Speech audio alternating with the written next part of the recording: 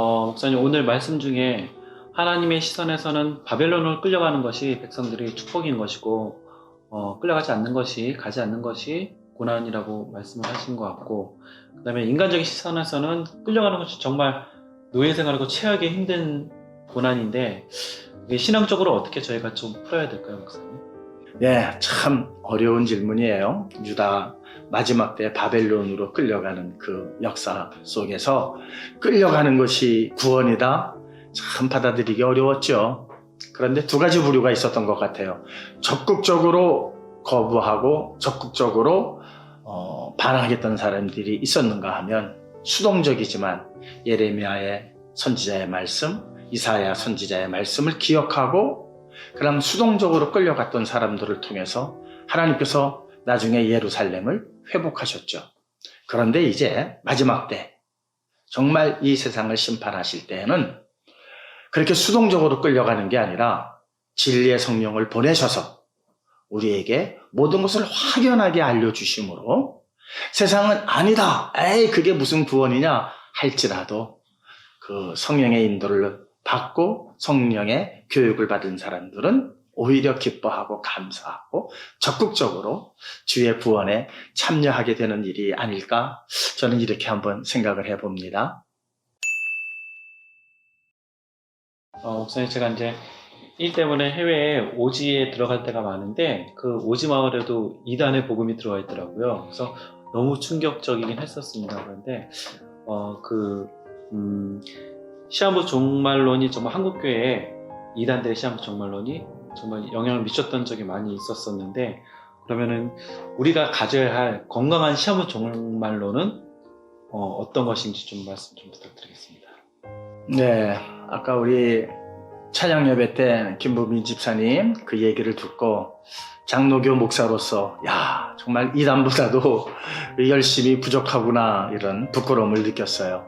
그런데 열심만 있어가지고 되는 일은 아니죠. 그 안에 내용이 더 중요한 거예요.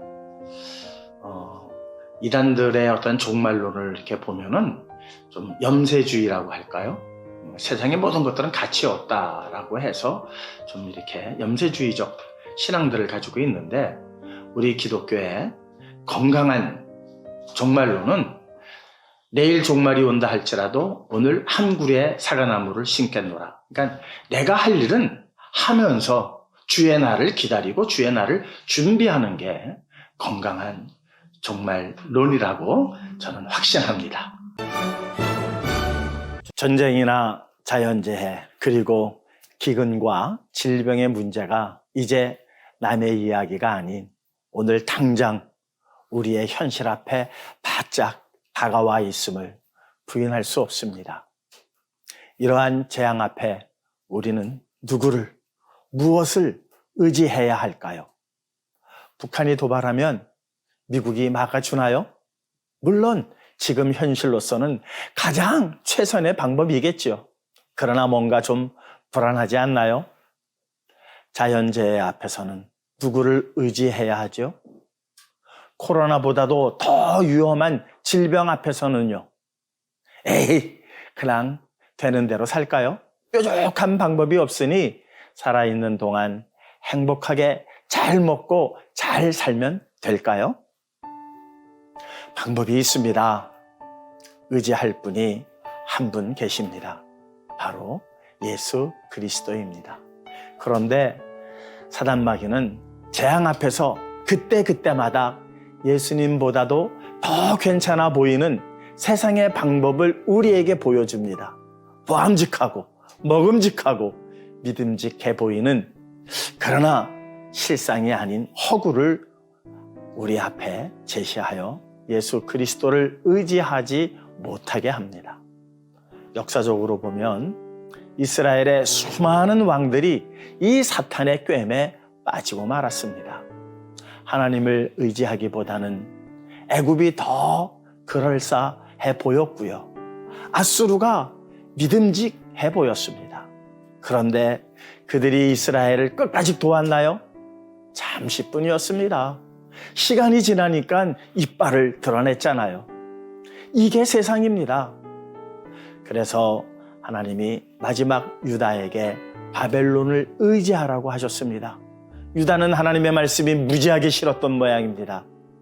물론 의지하는 방식에 문제가 좀 있긴 했지만 그것이 하나님의 명령이고 그들이 살 방법이었습니다.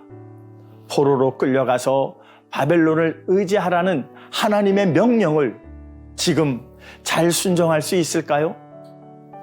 하나님의 말씀에 순종한다는 일이 결코 만만한 일이 아닙니다. 영원한 생명에 관한 일이니까요. 이 일에 대하여 모범이 하나 있습니다. 바로 다윗입니다. 무조건 믿고 따랐습니다. 좌고우면 하지 않았습니다.